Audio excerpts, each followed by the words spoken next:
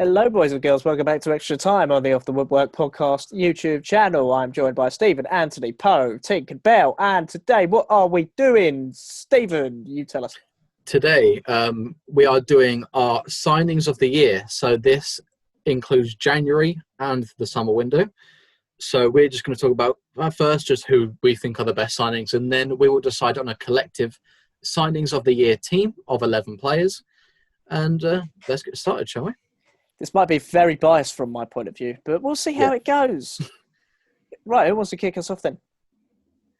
I'd like to bring just quickly. Sorry, when we talk about goalkeepers, very quickly, and I know the one you will say, Matt, but there's one name I want to throw out first when it comes to goalkeepers, and that is Martinez at Aston Villa. He was my second choice for this when we do our team. He was going to be my. If we were going to do a bench, he'll be the backup. I think that is a really good signing, a really under-the-radar signing. I think he's looked very good at Arsenal and Villa. I probably would have him in the top half of goalkeepers in the league, truthfully. Yeah, definitely top half. He's a solid keeper. He is a very good keeper. He is a very good keeper. And it just seems like a lovely man, you know. I just wanted to throw him out there as because I know Mendy is a big kind of goalkeeper signing. Oh, spoiler. Well, he is, let's be real. Yeah. But I wanted to throw out Martinez as well because I think his name does deserve to be there. No, I totally agree. Martinez has been good. He was doing well for Arsenal when he did play, and then obviously most people are now saying, well, Arsenal have let the wrong goalkeeper go. They should have let Leno go instead of Martinez. What do you think of that? I kind of thought that at the time as well. Yeah. Then Leno had a run of good performances, so I don't know. I think both were good, but I think Leno is. You have to, with a team, you have to have a number one. You can't have two keepers and you flip between them and we'll try this one this week and try this. If you're a team, you have to have an outright number one and then a backup. So like Liverpool don't decide. Sometimes it's Alisson. Sometimes it's Adrian. It's Alisson's our number one.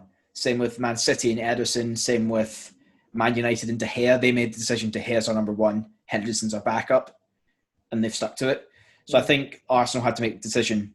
Martinez, Leno, and they've went with Leno, and I don't blame them. Yeah, I suppose you can't blame them. A talent big enough for the both of them. Yeah, but moving on then to... just one thing I wanted to bring it into the rest, for what we'll do for the rest of these signings. Yay or nay? Yay signing or nay signing? Oh, yay signing.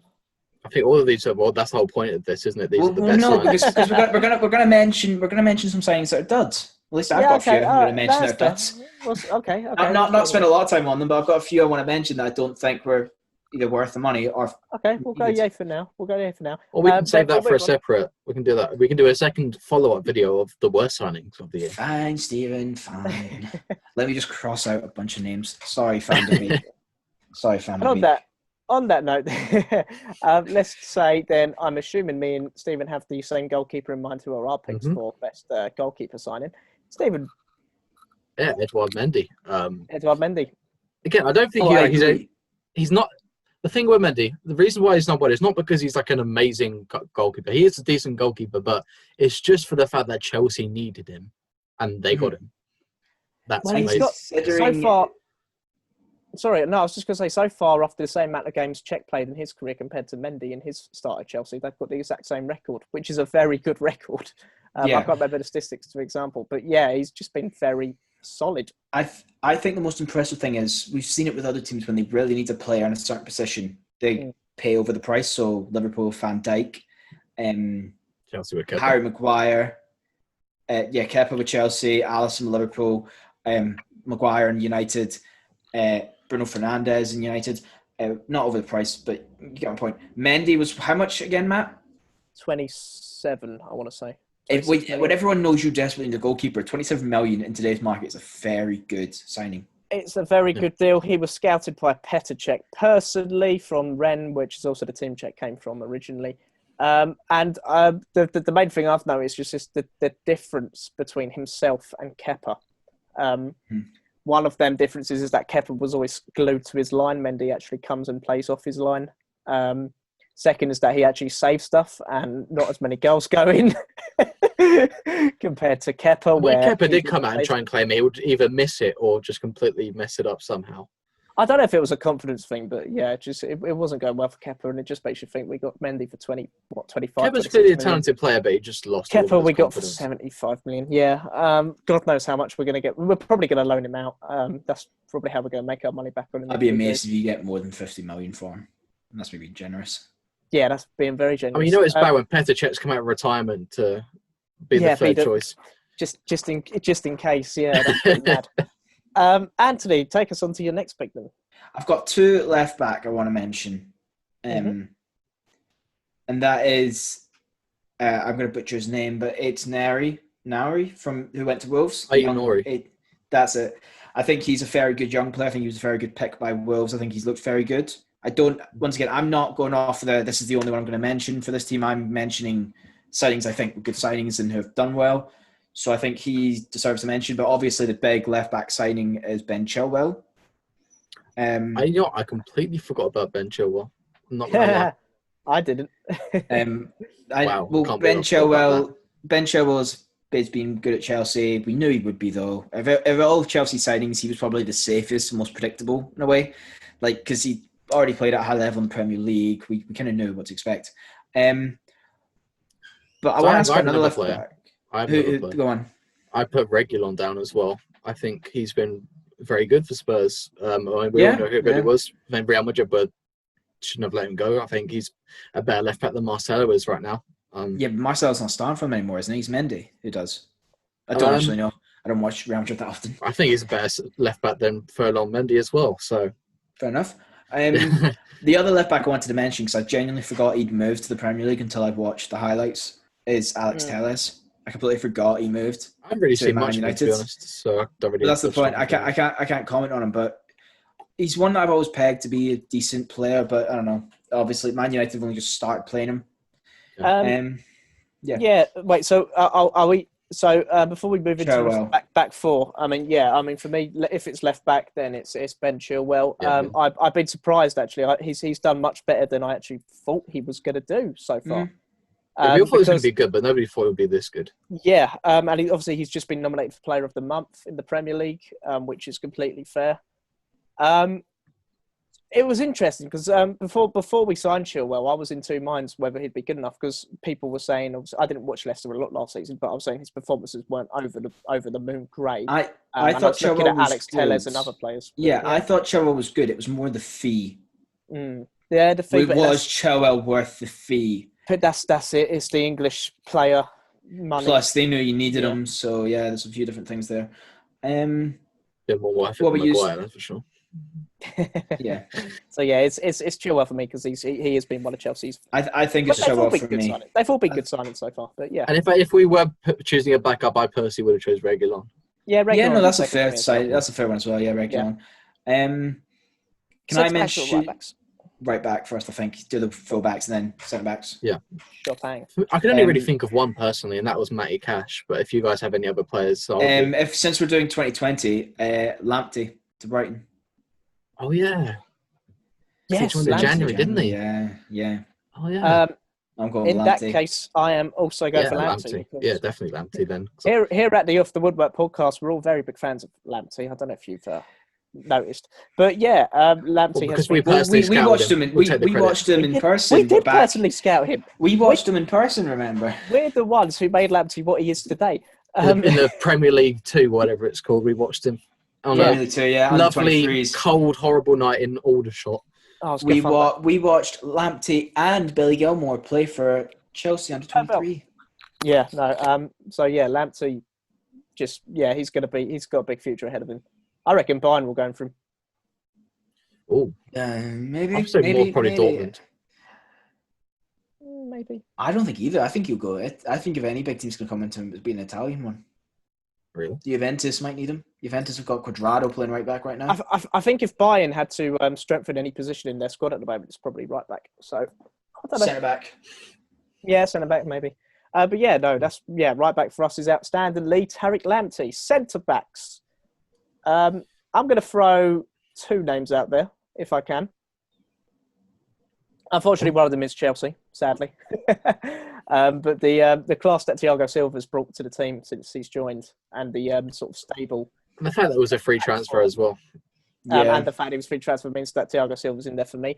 The other player, though, a bit of a maybe wild shot compared, is someone who's very young, and I think he's got quite a good little future ahead of him. It's Wesley Fofana at Leicester. They did pay a lot of money for him, though. Yeah, they did. But I think he looks like he's going to be a very good player. Personally, for me, my two centre-backs would be Thiago Silva and Gabriel. Yeah, that's the two I was thinking. Yeah, I can see that, to be fair. I'm gonna just bring in a couple other centre-back signings this season. I want to see what you guys think, like good or bad. Obviously, some of them still need more time, but based on opinions right now, Nathan Ake, good or bad signing by Man City? Bad for so far. $40 million. Bad so far. Not worth it. Ruben Diaz. Too early to tell. Too early to tell, but he looks like another Di Michaelis or Otamendi. I was going to say, based on his fee, based on the fact it has been now, 2 months? Yeah. He's same problem for City in defensive signings. I don't think it's been a bad transfer, but it's definitely could have been better. Like, the fee could have been better. To be honest, considering Koulibaly would have cost him $30 million more, I would have just went for Koulibaly. Yeah. Honestly. Yeah. But obviously there's age and yeah. But yeah, I just wanted to get your thoughts on those two as well. Because like I say, I've got the players I think are good. There are others I want us to kind of mention. Someone like Gabriel, he's came in for a lot cheaper and he's made an instant impact. So Yeah. I mean, if you look at Arsenal's defence, you've got to say Gabriel was head and shoulders over any other of their defenders right now. Is that because he's been very good, or is that because the rest? He's in it. I think both. it's also a bit of he's playing in a very bad team at the moment. Yeah. But you know the one centre back I really do want to see in the Premier League. That is Upamecano. I really want to see him in the Premier League. Yeah, it depends where though. There are rumours. These are rumours, so I'm just mentioning that. I don't necessarily believe them, but Klopp is eyeing up Upamecano. In the I think summer. United are interested in him as well, aren't they? If you're him, who would you go to? United or Liverpool? Oh, I think you'd go to Liverpool, but yeah. It's the fee for him is my only question, but I think Upamecano is one of the few young players whose fee, like young defensive players whose fees are actually worth it. Yeah. So let's move on to the midfield, shall we? So our two centre backs, just to set them in stone, are Thiago Silva and Gabriel. Yeah. Okay. Completely fair. So for the rest of the formation, do we want to do 4-4-2? Because I think, for me, that judging on players I picked, I think that suits. Can we use the left midfielder, right midfielder as wingers as well?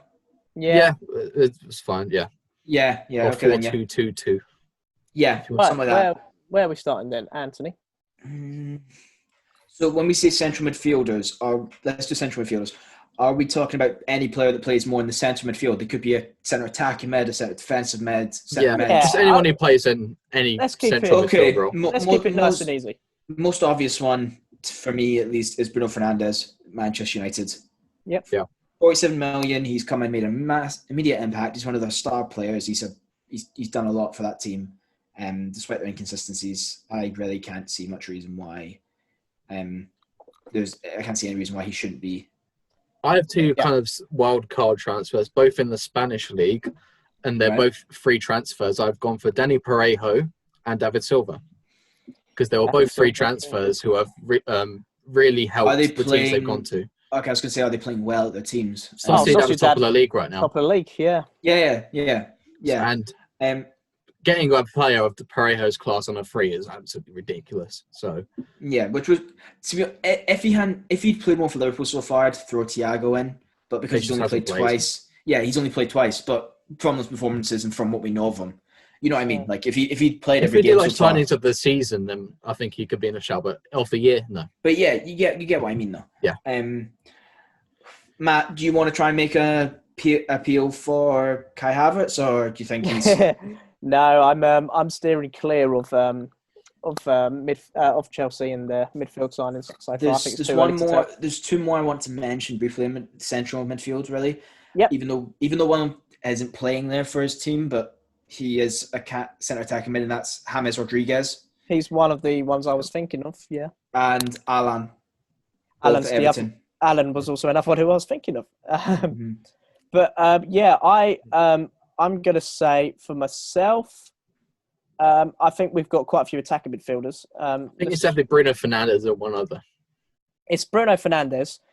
And then I want to mention, I think Ross Barkley started off really well at Villa before he got injured, which was a shame. Even Loftus-Cheek's been pretty good at Fulham. Yeah, I don't think he's of the year, though. I was going to say, but are those two the same level as James Rodriguez, David Silva? The other one, dark horse shots. The other one I was going to mention was Pierre Højbjerg at Tottenham. I think he's done okay. Yeah. He's come in so far. Right. Yeah.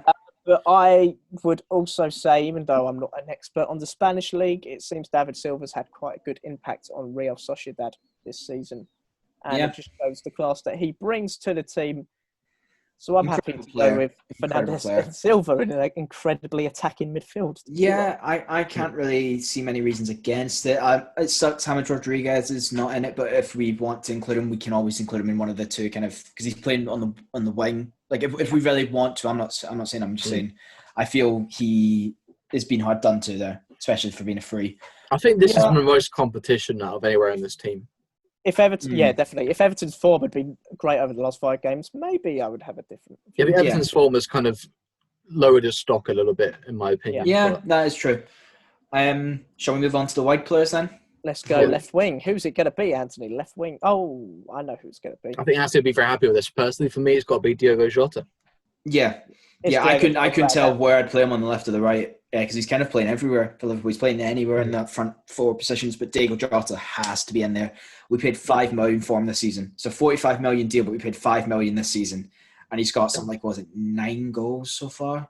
Yeah. It's Jota. Jota hands down. There's not even a competition with there, I don't think. Unless there's some blaringly obvious I'm missing out. I don't know how Leroy Sané's doing. I can't even think of anyone else, to be honest. How's Leroy Sané doing? Is he doing all right?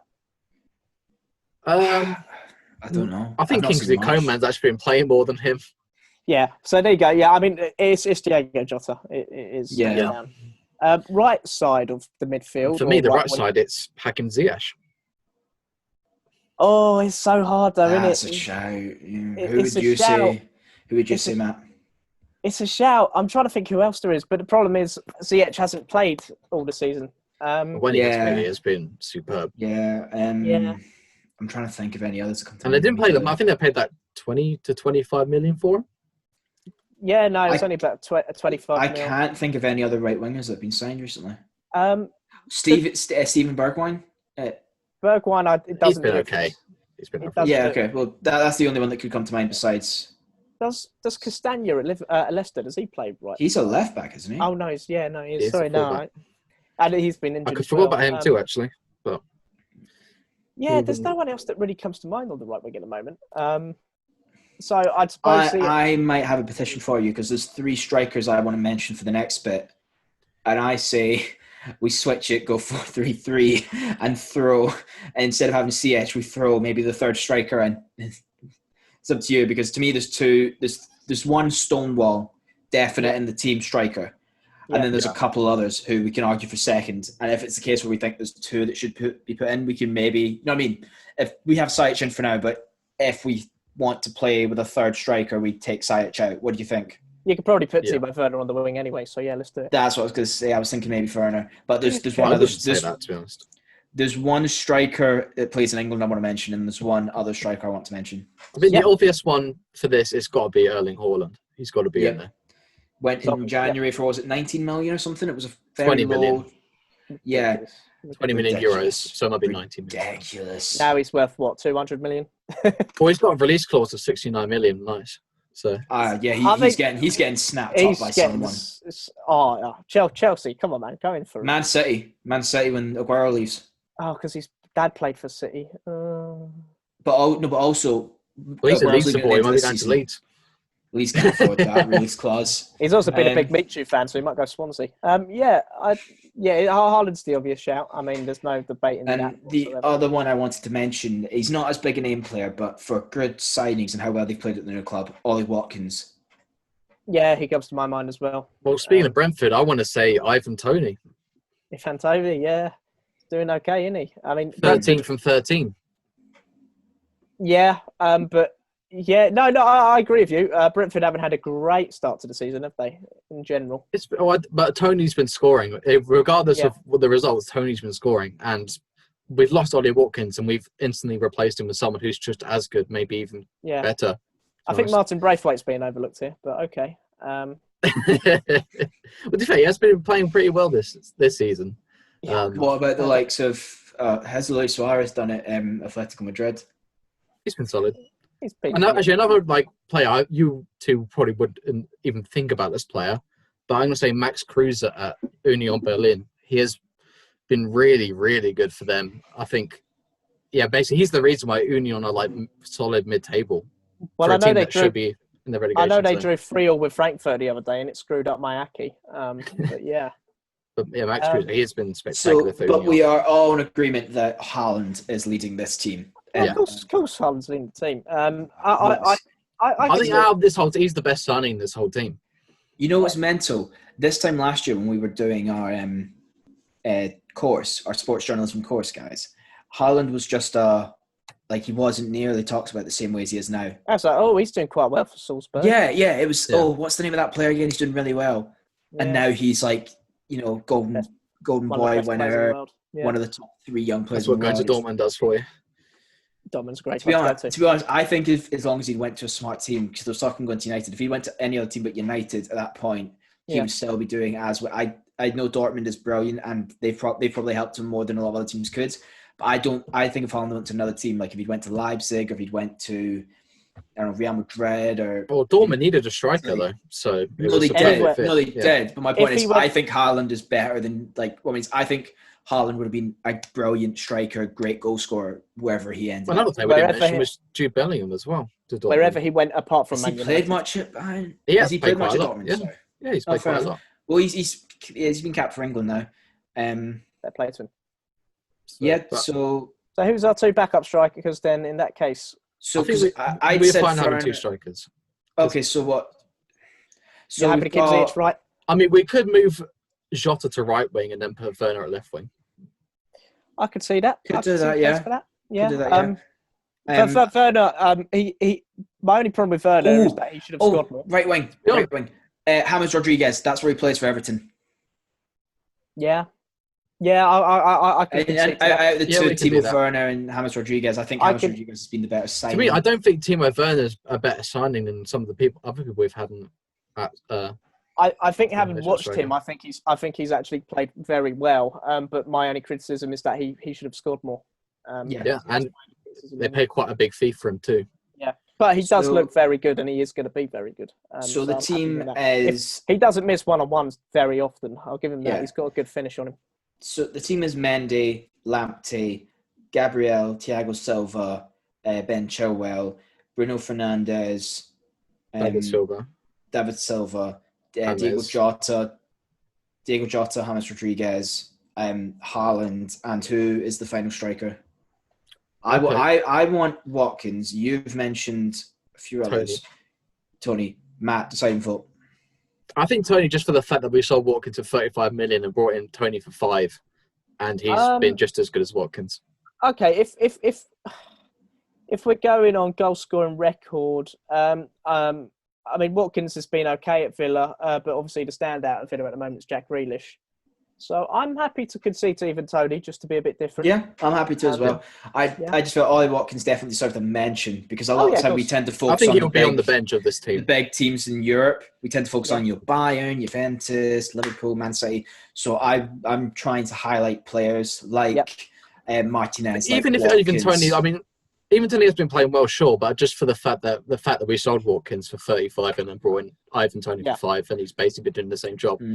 Just sums up Brentford to a T, really, in our transfer business. So that's good to me. In terms of the transfer itself, rather than just the player, how good the player's been, I think Tony, even though he's been playing very well. Yeah, I'm happy with that. And just to be a bit different, throwing a bit of a curveball. No, I'm very happy with that team in general. That's cool by me.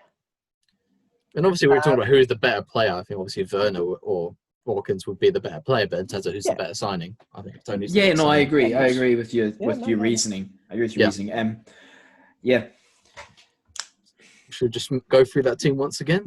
Let's go through the team once again. Mendy in goal, Lamptey at right back, Ben Chilwell at left back. Centre backs are Gabriel, Thiago Silva. Central midfield area is David Silva and Bruno Fernandes. So we've not got a brilliantly defensive midfield.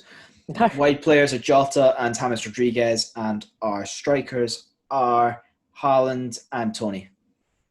I'd say that's pretty good. I'm Yeah. happy with that. Yeah. Maybe you can make a little lineup if you want, put it on Twitter. Yeah. So yeah, that was nice, easy. Everybody's in agreement. We're all very nice and easily agreeing in this little freeway that we got going, aren't we? I think the biggest contention would be at right wing. I think Ziyech for me it would be my pick, but I do also see why Rodriguez would be there just because it was a free transfer. I think he's played more though as well. Ziyech first that too. month. For me, it's I think Ziyech could definitely be in a shout if we look back at this next summer and it's of the season. But right now, the year. Yeah. I'm expecting big things. That right side of Ziyech and Reece James, I'm expecting big things for the rest of the season. How much time we got left with this segment? We can do a bit more. I don't know. I don't know if you guys saw. I just want to kind of quickly go over that ESPN article because I always find it interesting when American companies. Oh, never mind. Yeah. That's 10 minutes. We got 10 minutes, so yeah, go on out. Do you want to? I don't mind. We can go quickly. So basically, yesterday I came across an ESPN article rating 100 players, but they did it kind of by position, like top 10s of each position. So I want to get your guys' thoughts. I won't go through the top 10 of each position if you don't want. I'll probably go through like top 5. Okay. Yeah, just go top 5. So like top 50 instead. And there's also managers as well. So for any of them, I will give you also the if they are new, like if they've not been in the list before, now they are. So the top 5 goalkeepers, we got Thibaut Courtois at 5th for 2020. He was not in the ranking before. 4th, Marc-Andre ter Stegen, who was 3rd in 2019. Jan Oblak, who was is 3rd this year, 2nd last year. Alisson, who is 2nd this year and was 1st last year. And for 2020, according to ESPN, the best goalkeeper in football right now is Manuel Neuer, who was ranked 5th last year. What do we think? If you're talking about 2020, then I can see that, but it's questionable. It's definitely questionable. Who would you have it? What order would you have that in then? Well, Manuel Neuer won a Champions League, I guess. That's always going to be in his favour. Yeah, no, but what I'm saying is when you're saying it's questionable, who would you So it's out of those 5 names, cut. That's what I mean. Like I personally do think Neuer is one for this year, but it's not obvious. I don't think Neuer's the best keeper out of all them. I think he's the best in 2020. I mean, I think Alisson and Oblak are better than him right now, but also Neuer's had the better year. Alisson's had quite a few injuries, so yeah. If it's 2020, then yeah. Right backs now. This one might be interesting. So 5th is Kyle Walker. Okay. 4th is Danny Carvajal. Right. 3rd is Benjamin Pavard at Bayern. I wouldn't say that. No. 2nd is Hakimi at Inter Milan, previously at Dortmund. Did well at Dortmund, to be fair. Who he wasn't even ranked last year. He's now considered 2nd best. 1st is Trent Alexander-Arnold, who was 1st last year.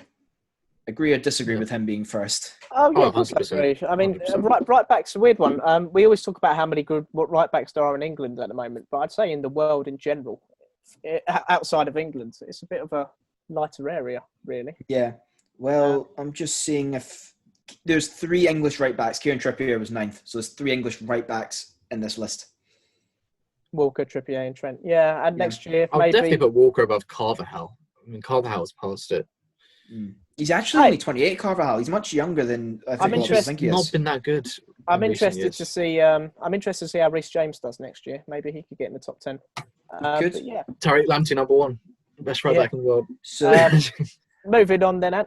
Centre back. So Laporte is not in the top 5. He fell from 4th to 7th. Right, yeah. And De Ligt was 3rd last year. He's now 8th. So De Ligt also fell.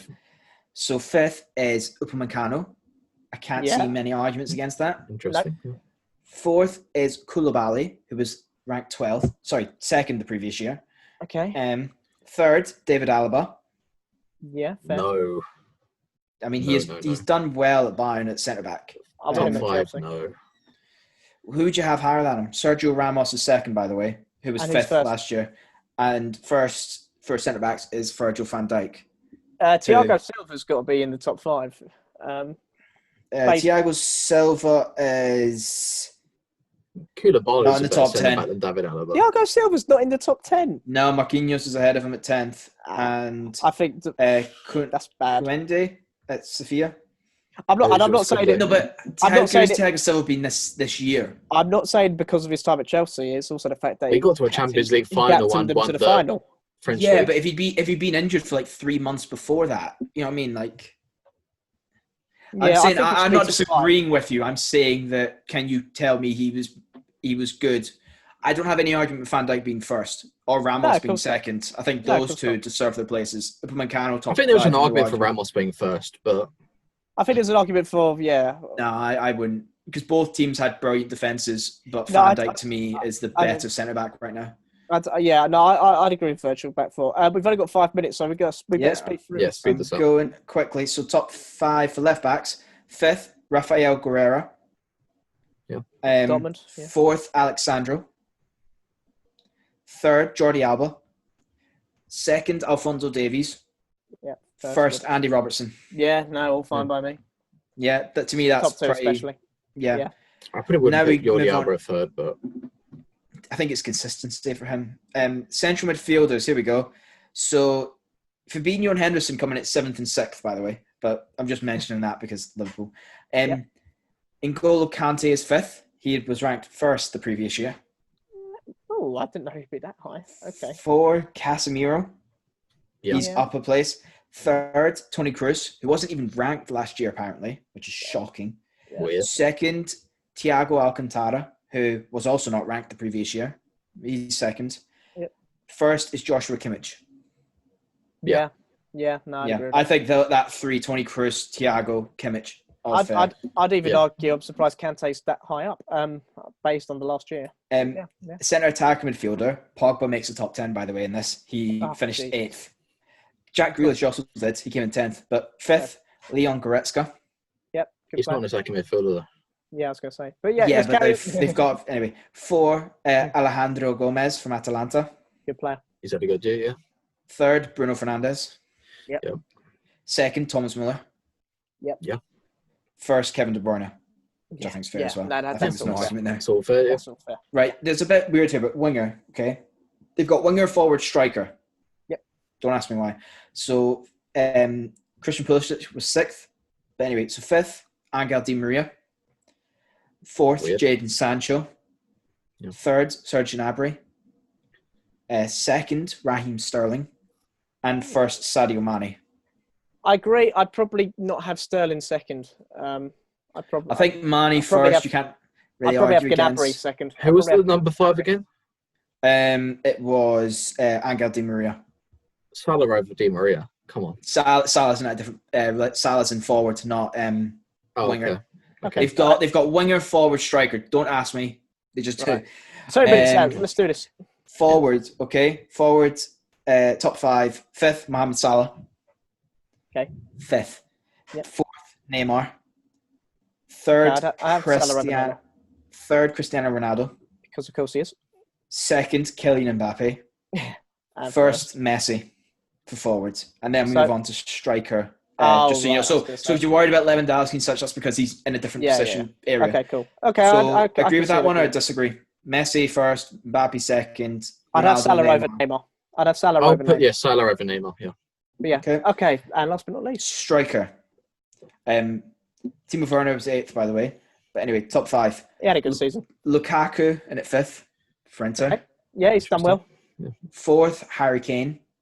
Yeah. 3rd, second half of 2020. Yeah. 3rd, Karim Benzema. Had a good season. Deserved as well. 2nd, Haaland. 1st, Lewandowski.